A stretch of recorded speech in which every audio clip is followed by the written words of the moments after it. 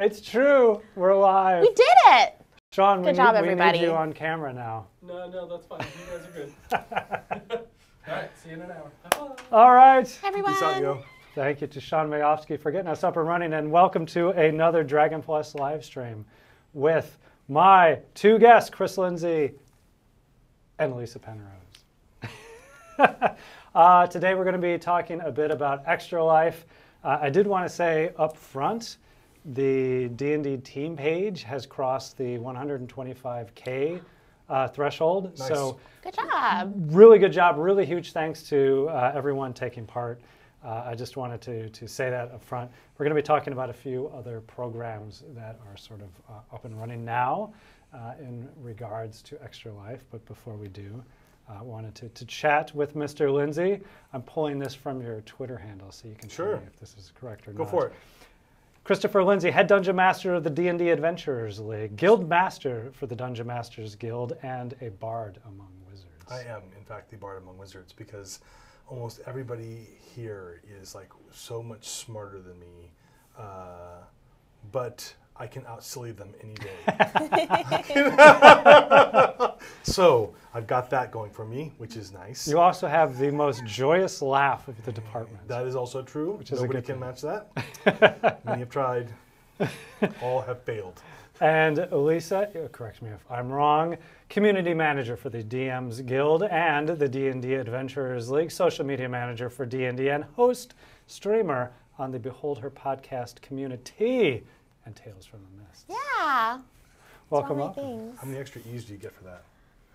Community. Community. Yes, community. When's our next community coming up? Our next school community is every second Friday of the month. So we we'll have to wait one a coming little up bit. in Oh, do you October. drink tea? Yeah, Is that so what's it's going on? D&D Yes. Community Oh, I totally missed that TEA. reference. Yeah, and it's like a tea party with me and Celeste Conowitch and Hannah Rose, and we sit and we try nerdy teas from Friday afternoon tea in Seattle, and we talk about community stuff. What has been what has been the favorite tea so far? Ooh. Actual tea. There was we tried a really summery tea, and this one actually doesn't have a nerdy name, but it was like spicy peach rooibos. And Celeste and I actually aren't huge fans of red tea. That's making a halfling character named Rooibos. But this one was really, really good and really delicious iced. But I think my favorite, when we can, we try to pick a nerdy tea that pairs with what's going on with D&D. And so they have a pirate blend, and we did that when Ghosts of Saltmarsh came out. Nice. What is a pirate blend of tea? Sure It had like rum flavoring, and it was like really smoky, and yeah, they have like really fun tea combinations, but also their base teas are just really good. Where's the rum going? It's in the tea. I don't know my teas. I need to know my teas a little better because I cannot drink enough caffeine during the day. But after lunchtime, coffee tastes like the garbage mud it is. So I need to switch over to something. Ouch, coffee. Well, no, I love coffee. Hope coffee's I not will drink it watching. all day. But after lunch, it starts to. I need something with better. I have also found that if I drink coffee after lunch, I'm like up all night, and I'm usually like, why am I so awake? I just have so much energy. But yeah, maybe switch to like a nice green tea. Oh, okay. So yeah, for those of you who aren't ADD, coffee is awesome after lunch. Oh, it's my vice. I like it. Too much. That's the problem. So, you know, when I chat with Jeremy Crawford every other week, and I think he'll be returning next week to field some more of the questions we did not get to last time for the Unearthed Arcana. But I like to ask Jeremy, in addition to what we're going to talk about for Dungeons & Dragons, what else might you be reading, watching, or playing these days that is worth a mention, might be of interest? That's a good question. I just started playing. We played the first 2 chapters of a new board game made by Simon called The Rise of Moloch. It's kind of a steampunk, Victorian England, dark, gritty, magical type of thing. Yeah. And we played the first 2 chapters of it this last weekend, and it was awesome. It was so much fun. And I'm just got my copy of Gears 5. So I'm getting ready to crank that into my Xbox One and start rolling along with Marcus and crew for yet another adventure against the aliens? Moloch, I was going to mention, we're working on an additional adventure for Extra Life that's going to make use of the statue of Moloch from the first edition. I know it's a bit of a trope, but I kind of wanted to lean into it. And so that was always a fun visual for D&D. Awesome. We're going to make use of. I have two.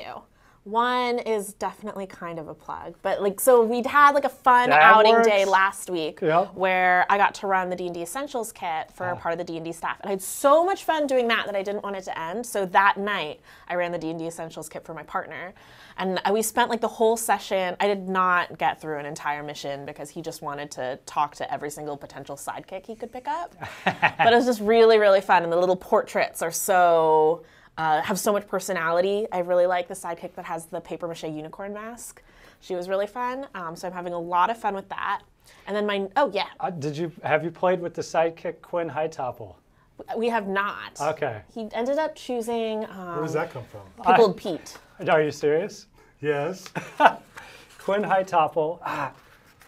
This is going to make absolutely no sense, but I will put this up on Twitter after the fact.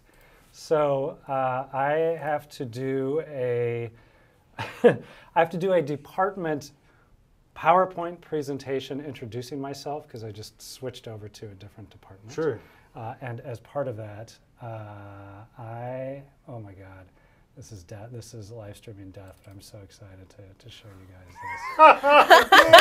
this. Live streaming death. Yes, let's all watch Bart search through his laptop here. I know. So a couple of years ago, Sean Woods had an Extra Life reward where for X amount of dollars, you could suggest an NPC or a monster in the game he was running. And so I paid the money, and I wanted to create a small kobold that was Quinn the Nut Puncher. Yeah. I feel like I remember this. And he would run around and punch the big folk in the nuts because it was based on my son at the time. Yes. And so he made it into that Extra Life adventure, and then he kind of got converted into Quinn Hightopple. Nice. For the Essentials kit. And so... Oh my goodness! Oh, definitely post that on Twitter later. This makes us they took Quinn's school picture, and if anyone else plays the D&D Essentials kit, and Quinn is going to be the perfect gamer later on. By the way, he is totally going through the Olympic training for gamers right now. He big things out of Quinn. We're big on Pokemon Go at the moment. It's a great start. So, yes, it is. Good for walking around and exploring the city. Absolutely. Yeah, and I have known nothing about Pokemon before I picked up Pokemon Go. I did not know what a Charmander was. I did not know what any of these things were. There are some odd and delightful Pokemon, but very odd Pokemon. Yeah, Pokemon, all the new ones seem to be just combinations of different things. Like, let's take, I don't know, a salamander and add magnets to it or something. There's one that's a vanilla ice cream cone. Just straight up. Straight up. With a face. Yes. That's a problem. There's one that's like a ring of house keys, and that's a shtick. It's a ring of keys. These would be not impossible, but challenging to convert into Dungeons & Dragons monsters. They would be. Yes, it's true. Yeah. So I mostly play D&D things, so like the Essentials kit. Yes, but the one non-D&D thing that I'm debating getting a Switch so that I can play is the Untitled Goose Game. Angry Goose or whatever it is. Oh, is it now? Does it have a title now? I thought it was called an Untitled Goose Game. Oh. But you're like a goose, and you have like a list of little quests that you have to do, and you like waddle around, and you mess with a gardener. It's very cute. Also, if someone wants to make a D&D one-shot where you're geese, and you have like a little like quest to do, I also think it'd be fun to combine so I don't have to get a Switch. Play a D&D game where I'm a goose. We need geese people. Yeah, geese people. I think we can make this happen. Yes. Hey, that's a great segue, I think, into Locathah Rising. Yeah. Oh, yeah. So, as mentioned, we wanted to talk a little bit more about Extra Life, what's going on, and some of the projects and events that are underway right now. One of which is we partner with the folks at the DMs Guild to put up a material, which was actually one of my first questions. Is how did that come about, Mr. Lindsey? The Dungeon Masters Guild? No. Where that Wizards of the Coast employees are now able to submit material for consideration. So I had to run a gauntlet between like HR and legal and back again to make that happen. And basically, when we do this, we sign a waiver that says that we give up the ability to get essentially paid for these things. But we can do that. We can sign a waiver, which a lot of us are really, really happy to do, and create stuff.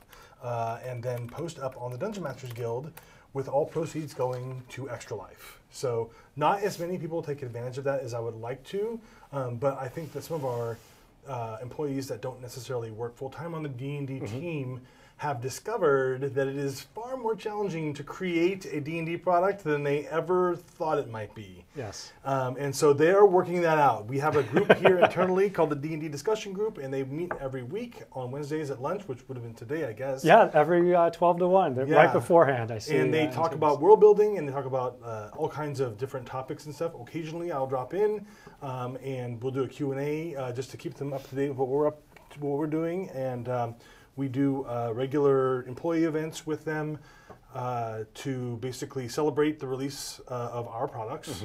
And so, there's a very healthy D&D community here at Wizards of the Coast that plays. Not unsurprisingly. No, not at all. Not at all. I know. So, even outside of the D&D team, people in the halls. Yeah. I just started my third lunch game today. As a player or a dungeon master? Player. Okay. No, I'm not DMing any of those lunch games. That's just crazy talk. I already have too many other games I'm DMing. I remember a couple of years ago you ran us through White Plume Mountain. I did, because I am a sadist. I love that. I love that adventure. I do too. I know the adventure. Same with Tomb of Horrors. I know what happens. I still like to play through it. Oh yeah, absolutely.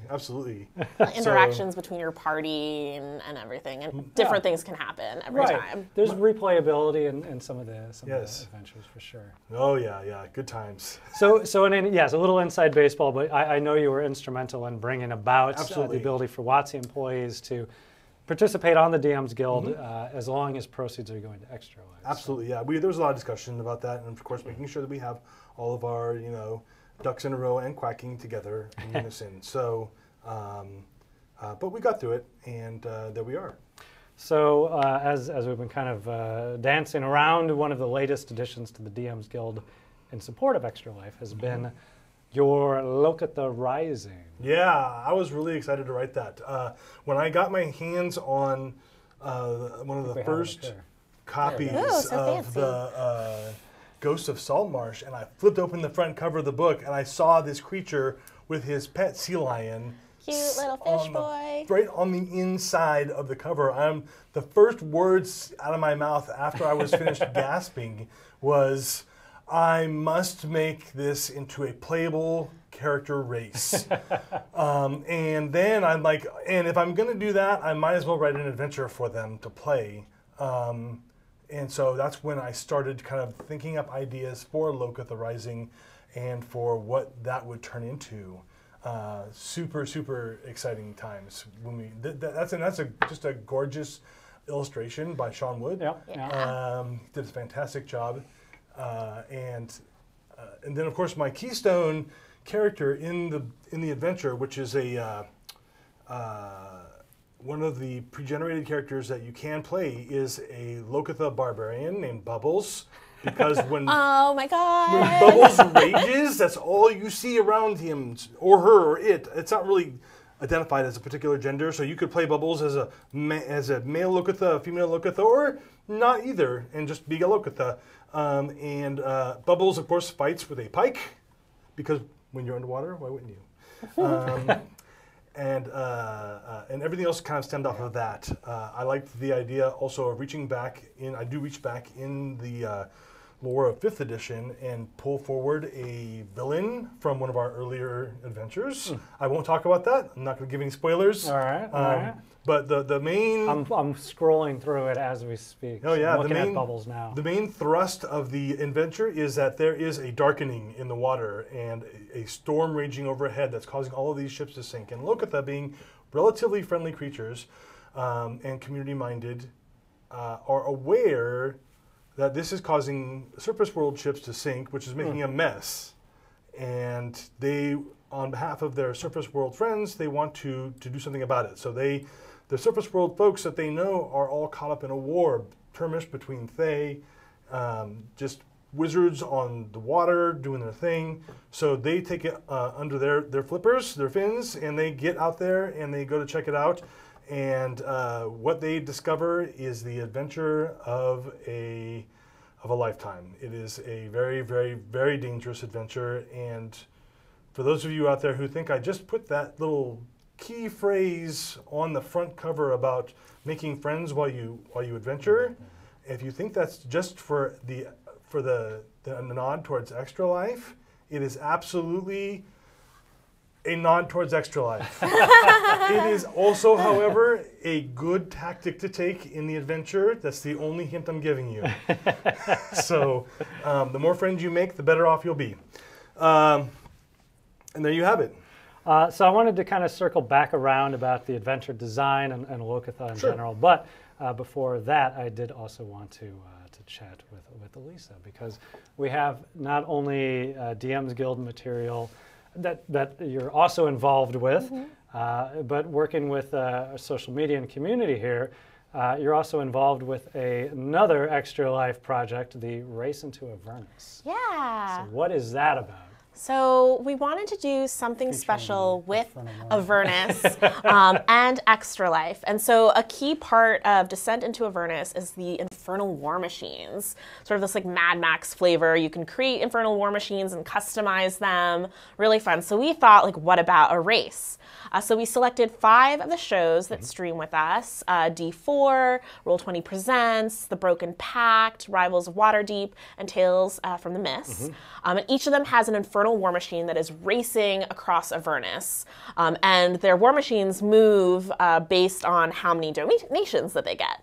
And all of the teams have pages as part of the D&D team for Extra Life, where they have a bunch of reward incentives that range from getting a shout out on the show from your favorite cast member, to potentially being a special guest on a show, to choosing like 2 characters to kind of like Freaky Friday switch bodies one episode. And there's art rewards and just like so many different things. I think Rivals of Waterdeep hit their stretch goal where Serena Marie has to cosplay as an abyssal chicken. Yeah. Lots of really fun creative. All the pictures. Awards. Yeah. I want all the pictures. Absolutely. It's kind of funny, just looking at the campaign now that Descent into Avernus is out, which details sort of get a little traction within the community. And sometimes it's those odd ones. It's the abyssal chicken, out of all the things. Yeah, people are really into the abyssal chicken. I know. Yeah. It's like this weird triangle bird thing, yeah. But wouldn't you want one? I know. Yeah, no, we spoke with Max Dunbar in the last issue of Dragon Plus about that. Yes. And I think Max is genius. He is. He's good. I think the story was like he just needed something for scale or some thing of you know, the flora and fauna of like what's in Avernus. What is that? How about a chicken? Why not? At Vote PipYap, Alan Patrick, one of the admins for Adventurers League, had these certificates that he had brought, physical certificates where you could make a donation to Extra Life and get an abyssal chicken familiar. So I did that, and the abyssal chicken I got has eaten a soul coin that contains the soul of a red wizard of Thay, and so the chicken now thinks that it is a red wizard of Thay. Awesome. Yeah. That is So I got that as a gift chicken. for somebody. Definitely worth a donation for the kids. Yes. It's like the rooster comb. It's Oh my like gosh, it probably, like yeah, a has red like, wizard, yeah. I like to imagine it has a little red cape that it wears. Aw. And so how is it going? When what the timeline for the race? Yes, How so the long can race folks- goes through the end of October 1st. At the end of that, whoever has raised the most donations wins the race. And it's really exciting for those casts, especially because the characters from that show will be incorporated into a future D&D product. Oh, wow. Yeah, so they are psyched for that. Design team is working with us on that, and we're very excited. Right as of today, well, as of a few hours ago when I last checked into the race, Yes. D4 is killing it with $4,815 raised. Roll20 is just over $2,800, and Rivals of Waterdeep, which was in 5th place when I updated last, has surged ahead into 3rd place with $1,050. Some generous donations there. Nice. Yeah. I don't know if it's in the spirit of the contest, but I wonder if you could make a donation to one team to throw an obstacle into Oh my the other goodness. team. We used to play a hell of a lot of Mealborn as a kid, the card game where you're doing the race, and there's like flat tire and out of gas and all that. Oh my gosh. We did not incorporate that mechanic, but that reminds me of like Coin Wars in school, where you can donate like coins and then put pennies in to like take away from someone's I don't know donation a Coin total. War. Oh, maybe that was just like my thing. I've Yeah, never heard of a each Coin War. grade would have like tubs where you could like throw coins in to donate, but if you put in pennies, that's negative. So you'd like throw pennies into the other grades' scores. It probably would be way too fast for the Inferno War machines, but if the admin teams wanted to like join the race with Pip Yap riding a abyssal chicken, that would be awesome. Oh my gosh. Across the plains of Avernus. Racer X comes out of nowhere and joins the. Oh my gosh, I feel like the abyssal chicken would just explode. It would move so fast. Well, yes. So there you go. You know, I realize I get about halfway through the conversation just because I'm excited about that. But again, for folks that might not even be aware of what Extra Life is, as been a annual tradition here at Wizards of the Coast. This is our 7th year participating. Is the charity endeavor that goes into support of the Children Miracle Network hospitals. So, Yeah, which is a really good cause. And Yes. It's largely run by volunteerism, so all of the funds that are raised go to helping out kids in need who have medical needs that are above and beyond what we would consider regular. I know a lot of us at Wizards of the Coast you choose a hospital to sort of fundraise specifically for. We look at Seattle Children's Hospital. They do great programming, not just for the patients, but as they've kind of given us tours through, they make it very clear that it's also in support of the families and the siblings whose lives can be affected and disrupted. And they have classrooms in Seattle Children's Hospital. Nice. If you're there as a patient or as an extended visit, to kind of provide that continuity in life for them as well. So yes, I think we do get excited about participating in Extra Life. We do trumpet the efforts and endeavors as loudly as we can because we do believe it's a truly great cause. So again, and as mentioned at the top of the hour, thanks to everyone who's taken part already or raised the awareness, donated, whatever it is. It's very much appreciated. Yeah. So, on that note, circling back maybe to Locathah. I mean, for Race into Avernus, love the concept. It tied in so well to Baldur's Gate, Descent into Avernus. Oh yeah. For Locathah Rising, why the Locathah? Because of the underwater races, they're the ones that are the least obvious, I think, that people might want to play. From the kind of coming out of Ghosts of Ghosts of Saltmarsh, exactly. Yeah. Yeah. Sea elves were already kind of an option, and everybody gets it. And they're sea elves, and they look pretty and and so who are gonna really badass? And they have leaders with forearms, and they ride sharks and stuff. And so sure, who wouldn't want to be a Sahuagin or a Forearms? What? Forearms? Do they have forearms? Yeah. It's my dad pun. Oh God. Yeah, I mean, don't all... Yeah, okay. So anyways, moving right along, and yeah, Locathah just like, they're so adorable and they're so awesome that I just gotta be like, doesn't that creature look like it has an adventurous spirit to you, just waiting to come out? It's like the Olaf, the underwater Olaf, right? Frozen 2, the little snowman. He's not the guy that does the thing, but he's there and he's cheering everybody along. There's something a little extra heroic maybe about the unexpected adventurer or the one who you don't. Also makes them relatable, approachable. Yeah, because none of us are like those people who would go out and like scale like Mount Fuji or whatever. At least I wouldn't, or race down a train track to capture the bad guy on the train that's running away and stuff like that. But and these guys aren't either. But they, as a group, when they put their collective fins together, they can totally do what they need to do to protect themselves and the people they love. Can I interrupt for a second? Yes, absolutely. So this, I guess no ahead. one can see me pointing at it, but the Locathah on the inside cover was one of the first things on social media that I spoiled about Ghosts of Saltmarsh, and everyone had the same reaction. You had Chris, where they were like, "Who is this good fish boy? And look at his cute little puppo." They love him so much. I think, gosh, I'm blanking on his last name. I think it's Lee Goldberg who makes the pancakes. Maybe. There's someone who makes amazing pancakes, sometimes D&D pancakes, and he pancaked... Dan Cakes, yeah. They pancaked the Locathah, like this artwork of it. Nice. Everyone just loved him. And I also was like, oh, who's a good little catfish? But then, Chris, you pointed out to me that sea lion is like real life size. Yeah, that's a big sea lion. So, okay, everyone now take that cute little fish boy image in your head and now like blow it up humongous and terrifying, because that's what a Locathah is. The Locathah, he's 6 feet tall. Yeah, that's so scary.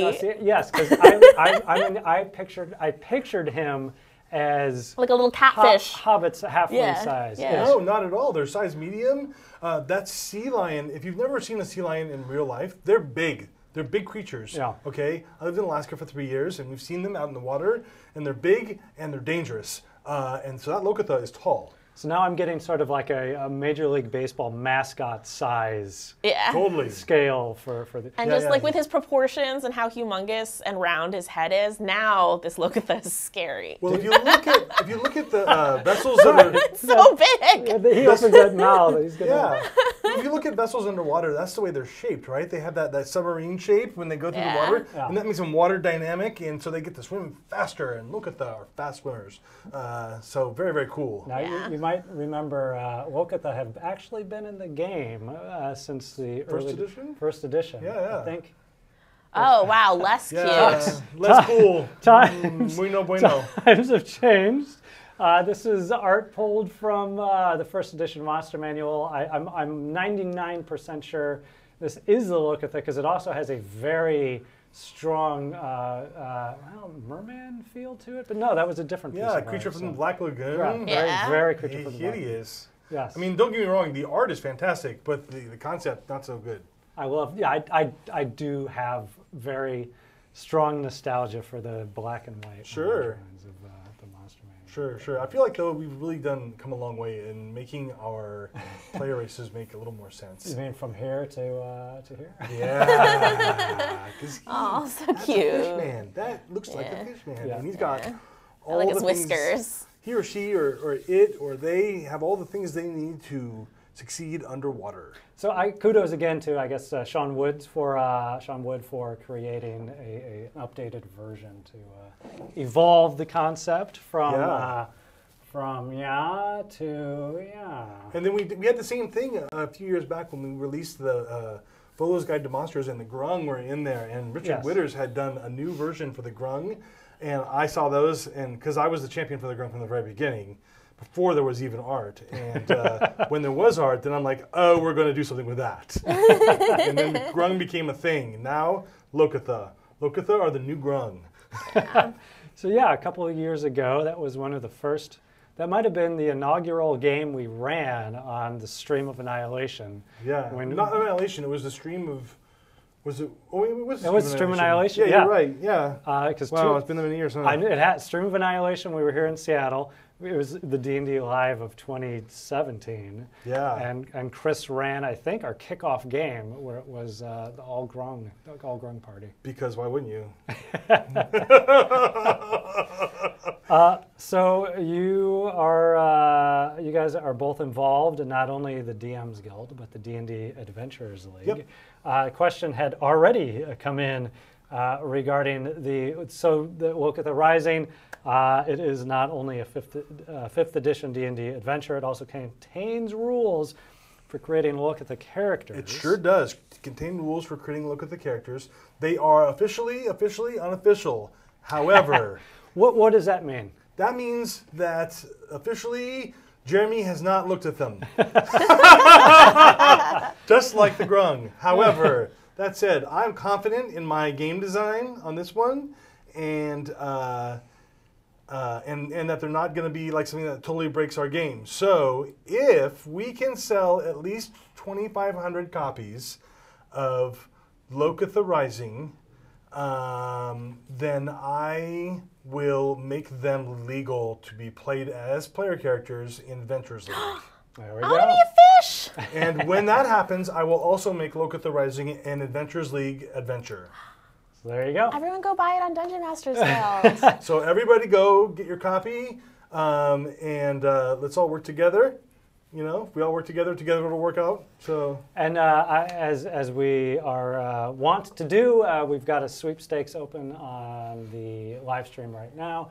We're running one this week, so the winner of the sweepstakes or giveaway, whatever we're legally allowed to say, the winner today, we're going to purchase a copy of Locathah Rising on your behalf, and we'll send it out to. So, and cover your ears for a minute, Lisa. I think, in addition to them being involved, being available for you to purchase on the Dungeon Masters Guild, we're also working with D&D Beyond to make it available there as well, and we will be counting those sales too. So, for those of you who would like to have it on D&D Beyond, that will be available. It's okay. He was just swearing for. You're good. Okay. So I'm kind of scrolling through Locathah Rising now. So when it comes to, do you want to talk a little bit about the process about converting the Locathah into a player race? Certainly. How does that work? What were your considerations? What were the limitations? Because they have a bit of a drawback, do they not? They do, in fact, have a huge drawback in that they need to be in water like regularly, daily, even hourly. But Locathah, so when I looked at the race, when I look at a race to make them into a playable race, the first thing I do is, if you're looking at the monster stat block, all of the abilities that appear above where it says actions, I look at those as potential racial traits, right? And sometimes, like with the Locathah, it makes it much easier for me if those traits are something that I can just port directly over to being something that a player character can have. So I did. And can I look at your screen here for a second, just so that I can pop it up to. I'm going to put on my old man eyes here. And cool. So yeah. So the Locathah, you can look at them and you can calculate based on their stats that they have some amount of armor. Class has to do with how tough their scaly hide is, and some of it had to do with their dexterity. So, I mean, you can do simple math and figure out what that is, and then add a natural armor benefit to them. If they have as a base creature, which is extremely low CR, right? I think it's like CR 1/4, 1/2, something like that. I was going to mention, I mean, this is the process to create sort of an official, unofficial, or official, unofficial. But again, just good design tenets. If there's a particular monster that you would like to convert to a player race in your own campaigns. Try and start with those monsters that have the lower, because they're easier to port over into something that's usable. If you look at other races that are like that in the monster manual, the Locathah in the book had a better than normal athletics and perception bonuses. So I thought, well, they must be really athletic as a people, right? And they must be also particularly observant because they have them large fish eyes. So, plus, I mean, you can't see their ears, but they're there and they can hear things underwater for miles. I don't know if that's true or not. I'm just making that up. But, so I made them, proficient with athletics and perception. The really cool ability, of course, that Locathah have that was listed under their racial traits was having advantage on saving throws against being charmed, frightened, paralyzed, poisoned, stunned, and put to sleep. You're welcome. I put it on there. However, so they're nice and sturdy. They're are. very resistant to environmental concerns here. Yep, they have to be in the water every 4 hours to avoid suffocating. So you've got a time limit. That's a lot. 4 hours? Yeah, so if you're playing one of these in Adventures League, my recommendation, decanter of endless water. Anybody? Every 4 hours. Now, does submerged mean you have to Shower do a good or soak, bath? or can Geyser. Okay. Turn the decanter on geyser and just have your buddies hold it for you. Can you make a reverse Oh my God! fishbowl Fishbowl helmet. helmet filled with water? Maybe we'll look at making that as a asserted item that we can. That would be good. That's really cute. That could be fun. Yeah. That would be really cool. I'm thinking of SpongeBob SquarePants. You've got the squirrel, right? That has Sandy. Sandy, yes. A reverse Sandy the squirrel suit. That's filled absolutely. with water. Really with water on funny. the inside instead of on the outside. Yeah. But every once in a while, you still have to refresh that water because it gets stale. Yeah. That's what my cat's telling me, anyways. This is the goldfish from the carnival problem. How long is that water in that bag going to keep that goldfish alive? Or you could have like a giant plastic bag that you're in that you walk around in like a hamster wheel. Nice! That could be awesome. I love that so much, and I don't know if you would have to make it super strong, or that's the problem, is it's very puncturable, and so just all of your leaks friends all the time. have to protect the Locathah wizard, literally the squishy class, and prevent the enemies from puncturing the bag. That would be harrowing. I won't lie. There's a great one shot in that, I'm sure. I'm sure. But when I look at the race, I also look at which ability scores they have that are better than the other ones, right? And I look to see where I might add their ability score increases. For the Locathah, it made perfect sense. Dexterity and strength, right? I don't know if you've seen like Michael Phelps and those guys who do the Olympic swimming, but they're pretty buff and strong, right? So Locathah, they're strong too, just like Michael Phelps. So it's not terribly scientific. It's really just taking something and kind of deconstructing it a little bit and showing how you can make use of it in the sense of a player character race. And Jeremy kind of discusses this quite a bit, where if you're starting with story to inform the mechanics, it helps out a lot. Absolutely. And I think the Locathah, it's a good way that gets expressed. For example, here's an aquatic creature. This is the story in the wild, and so here's how expressed mechanically. Yep. And then again, I also think there's something to be said for a good character with a drawback. So the needing to be submerged, while on one hand, you could see it as a drawback, you can also see it as a pretty compelling story, Absolutely. hook for your character. Yeah, it's a fantastic way, by the way, for dungeon masters out there who want to run games with Locathah characters in them. It's a great way to kind of put limits on your sessions, right? You start your session in the water, you got to end your session in the water. Sometime in between, they may not be in the water, but that's fine because you know where you need to be on either end of that session, right? So you got to be in the water. There's a lot. Yes, we got it. We need a crack team. We're going on a desert mission. That's right. Oh, yeah. Locathah challenge. 9th level Locathah challenge accepted. So the characters that are in this game, because I did want to make something really challenging, are all 9th level characters. So 9th level Locathah, nightmare to behold. They're just as ferocious as any other 9th level character. I now like the idea of a map through the desert where there's oases along the way, and it's super critical for the Locathah explorers. We have to find these.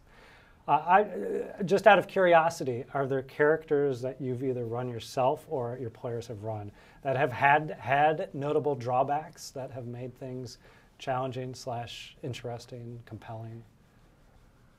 I have a friend who plays a character who he decided would be a paragon of beauty, and that he, in order to be a successful paragon of beauty, if he moved too fast, he couldn't, people could not see him, which was against the whole idea of being a paragon of beauty. So the dexterity on this character was sub 10 a ways. And despite the fact that this character would fight in melee combat, its armor class was also sub 10. But that character, who we all know and love as Oodle, soldiered on nonetheless. That's awesome. Almost all of my characters have strength as a dump stat, so I can't I'll have an 8 strength. Interesting. Well, one character is named Courage the Kobold, and so kobolds also have a negative score, so usually Courage will have a 6 or an 8 in strength. And her name is Courage, but she's desperately afraid of everything. So I like to role play that character flaw. So if she's attacking something, it's usually because she's trying to run away and she trips and falls forward with her short sword. And then the sneak attack damage is that creature trying to back off of the short sword, and she's freaking out.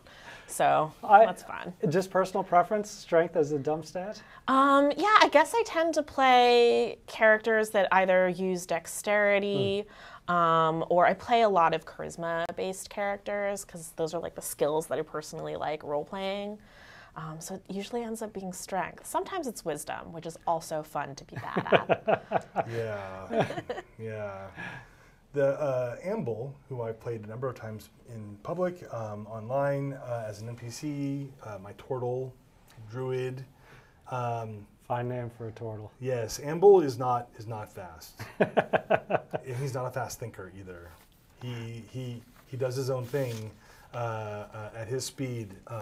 It says in the book that turtles can move at 30, but I decided that he would, on round 1 of starting to move, he moves at 20. On round 2, he moves at 25. If he has to turn, he has to slow down. So that shows you how that goes with Amble. And that said, he never had to get any very particularly fast because his powers as a druid are strong. And the earth over there, he can see it just fine from here and make it do funny things to people. And if you look really closely, you might even see Amble in Locathah Rising. Ah, there you go. Always fun to have a little Easter egg. Yes. A little surprise. Yes. Do you mind? Go for it. We got it? Okay. All right. So Everyone needs to go get Locathah Rising so that it becomes AL legal, and then make a bunch of Beastmaster Locathah so you can have your little puppo companion. Yes. Maybe make him carry water stuff for you too. That your little puppo companion can't breathe underwater for very long, so you got to find some way for them to do that. You can float, he can be on your head, and you just swim just under the surface. So we call him, is his name Periscope? Oh, cute. Or Perry for short. Oh, Perry. Definitely that. well played. Well played. So yes, again, if you're tuning in now, we've been talking Extra Life. We've been talking not only Race into Avernus, underway until October 1st, but Locathah Rising, available on the DMs Guild. If we reached 2,500 copies, the Locathah will be made available as an AL playable race, and the adventure will be made AL Adventurers League legal as well. I like to see you play your non-Locathah characters, and they're just as good. It's going to be tough, I'm telling you. So we've got about 12 minutes remaining. One other topic that I know we're all 3 involved with this year is Gamehole Con. So we've got a convention coming up here the end of next month. So what's Gamehole Con? What's going to be taking place there? Well, for me, for Gamehole Con, I'm running the second part of my author-only Adventures into Lemordia. So it's a particular domain in Ravenloft. If you haven't played the first one and you're signed up to play this one, it'll still be fun. You don't need to have played the first one. And then I'm also doing a number of Dungeon Masters Guild and Adventurers League panels. And the show I'm on, Tales from the Mists, which is D&D's like gothic horror campaign, we'll be doing a live game on Halloween at GameholeCon. And if you donate to our Race into Avernus page, Extra Life fundraiser page, you can also choose reward incentives where you can affect our game. We're the underdogs. Please root for Team Tales from the Mists and Race into Avernus. I have all kinds of things going on at GameholeCon, so I'll just hit a couple of the highlights. First things first, for those of you who are going to be there, Halloween night, we have the Liar's Night Epic, which is Halloween in the Forgotten Realms, if you're not familiar, and we're going to have a blast. It's going to be unlike probably anything you've ever seen before, or maybe something you have seen before. But either way, it'll be awesome. I don't know. You had it sold until that. Yeah. It's well. I mean, Liar's Night. It was mentioned in Waterdeep, but we're going to do Liar's Night in Baldur's Gate. And if you think that Halloween in Waterdeep might be scary, Halloween in Baldur's Gate is going to be horrifying and awesome all at the same time. I cannot wait. It's a really kooky event. It is going to be very fun. I'm having special chocolate soul coins made specifically for the event, also to hand out to trick-or-treaters. Do they have real souls in them? Yes. Okay. They have real souls or chocolate. One of the two, we're not sure. You won't. It could be a trick or a treat. I like my soul coins to taste like dark chocolate. Because you are a dark-hearted individual. So I'll mention the details really quickly. GameholeCon takes place every year now in Madison, Wisconsin. This year, the dates tend to shift. I know some of it has to do with when the football team is in town, and hotel rooms kind of get blocked up, and so finding ways to avoid that. So this year it is October 31st through November 3rd. Having attended University of Wisconsin as an undergrad myself, I can tell you firsthand, Wisconsin, Halloween in Madison, Wisconsin Go Cheeseheads. is a lot of fun. So the other thing that I'm doing at GameholeCon that I'm really kind of very nervous about and excited at the same time is I have a panel that is called Storytime with Chris Lindsey. So you show up and I'm going to talk for a little bit, and then it's going to be come one, come all, and ask me your questions. I guarantee you're not going to be prepared for what I might say, but we'll have some fun nonetheless. It was a risk. They created a panel with that name, not knowing if you'd be able to attend. It's true. It's true. It's a good thing you were. It's a good thing I was already on the hook for that. So Otherwise, it'd be just off brand. Yeah, a little personal therapy for me, and we'll be good. So no worries. How do you both prepare for panels? Is this something you look forward to? Public speaking is always not everyone's cup of tea, community. But do you enjoy the panels? How do you get ready for those? Gosh, I mean, I guess I used to have like really big issues with public speaking, like in the stairwell, like crying before like a big team meeting or something. But through playing D&D and DMing a lot, and then also being an administrator for Epic events, and then doing stream shows and all that, I guess it's kind of not as scary for me anymore, and I really look forward especially to the Q&As at the end of the panel, seeing what resonated with people and what particular questions they want to ask or information they're particularly curious about. Usually, like if the moderator sends ahead questions, I'll take a few notes ahead of time, but otherwise I might come with like a short bullet point list of things I want to touch. Any topics I want to touch any particular time during the panel. But I guess I don't do a lot. Now I'm like, do I under-prepare for panels?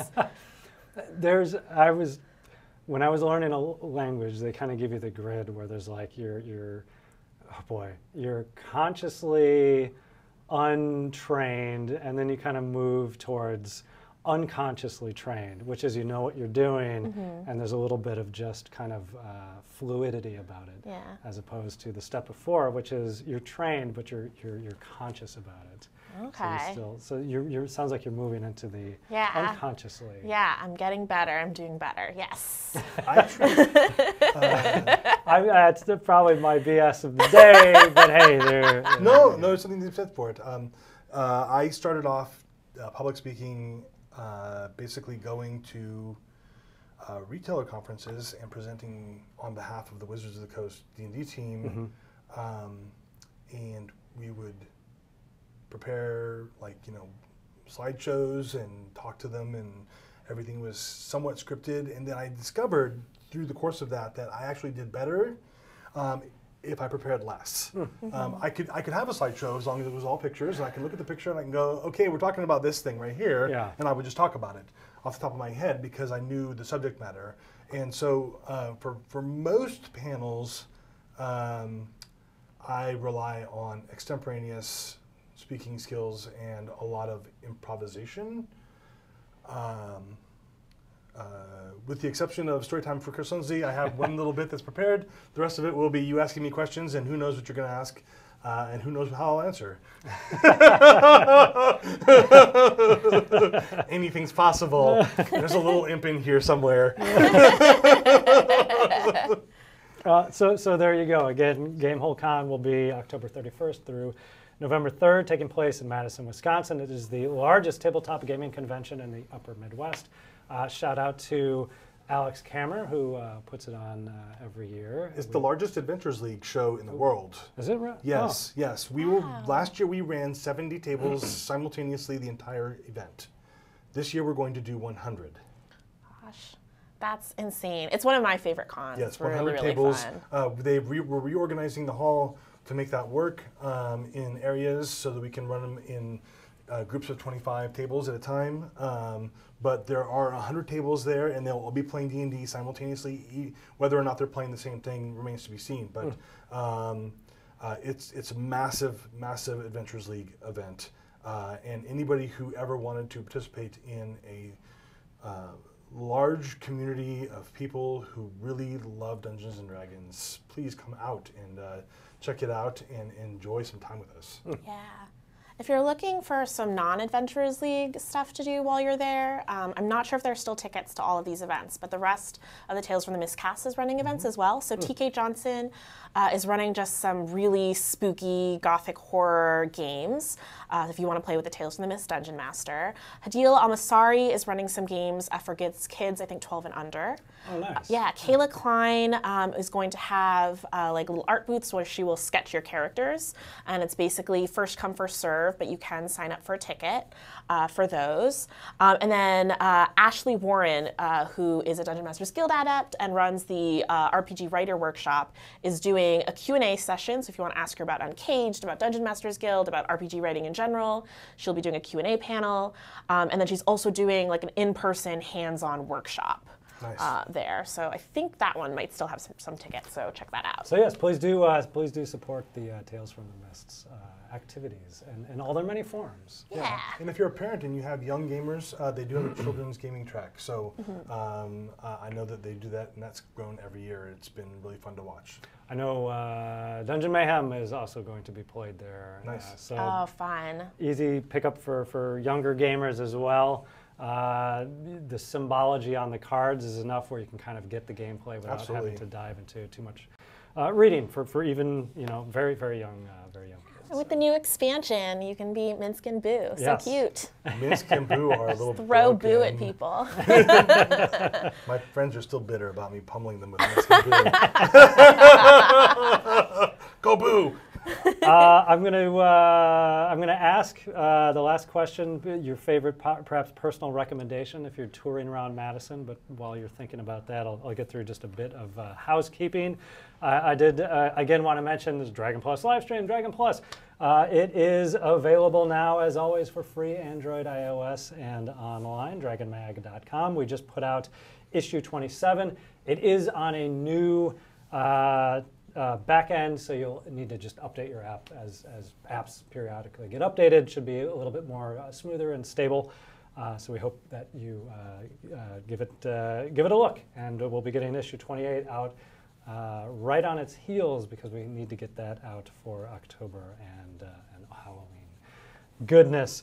Again, this is our 7th year of Dungeons & Dragons taking part in Extra Life. I did want to say thank you to everyone in the community again for getting us to where we are now and helping get us towards our ultimate goal this year. It has been phenomenal to watch everyone take part and participate, and thank you all very, very much. Some of the activities include custom ink apparel. We have designs up from our own Emmy Tanji, featuring Lulu the Hollyphant, Jezebel the Quasit, Slobber Chops the Tressum from Baldur's Gate, Descent into Avernus. Over on the DM's Guild now, you can find Locathah Rising. So please do consider that for purchase, and we'll drive towards making that AL legal and the Locathah AL legal as well. Personal thanks to James Jacob Sev, Joseph Rupert, Scott Sarasa, Jason Keller, Ryan Muscat, April Bremer, Ishmael Amin, Tim Dwizet, Joshua Barron, and Emi Chanji. As part of my Extra Life donation page, I'm going to call you out each and every Dragon Plus live stream. So before we sign off for the day at 2, personal recommendations if you are a visitor to Madison, Wisconsin, whether for Gamehole Con or any other time of the year. Wow. There's a whole area of town there that goes right there around the Capitol. Yes. That has just like a horde of different like fun places to eat and hang out at and stuff like that. Just check that out. Pick out your favorite. Go there. Plus, there's a little cheese shop I know called Fromagination. And if you call something Fromagination, you must go. So. What? A cheese shop in Wisconsin? Yeah. Isn't that weird? Wonders never cease. It's so awesome. Lisa, any? So I was patient 0 for Concred last year. Oh, no. So when I wasn't running games, I was in my room, and it was my first Gamehole Con. So I don't have recommendations. But if I'm like a presidential candidate, I'm going to answer the question I want to answer. If you donate to the Tales from the Mist Race into Avernus page, we have, I think, 7 slots left for our spectral photograph tier, where Kayla Klein, our illustrator, whose artwork you've seen all over the D&D Twitch, will doodle all over your profile picture and make it look like a spectral, ghosty, spooky photograph. So 7 slots left for that as a $25 donation. We'll be talking to Kayla in the next issue of Dragon Plus. Ooh, yeah. Nice. Yes. I'll make one quick recommendation for the Essen House, a great German pub in Madison where you can drink out of the boot. And I don't know if it's hygienic or not, but the game was always you get a big group of people, you pass the boot. If you finish the boot, the person before you has to buy the next one. So you're incentivized to try and be the one to finish, because if you almost finish and fail, you're on the hook for that. D&D is not responsible if you catch Concred or make any poor decisions that night. Yeah. All right, as always, thanks everyone for spending an hour out of your day with us. Congratulations to our winner. Give us your email address. Oh, we've got it. Thank you, TK. Thanks as always to our followers, subscribers. Thank you as always to our moderators. And again, go Team Extra Life, and best of luck to Tales from the Mist. Yeah, for the, Race into Avernus. I'm going to screw up turning the camera off as I did last week. So this is so fun. We'll just whisper secrets to each other. Yes. So Bye. see We're doing it.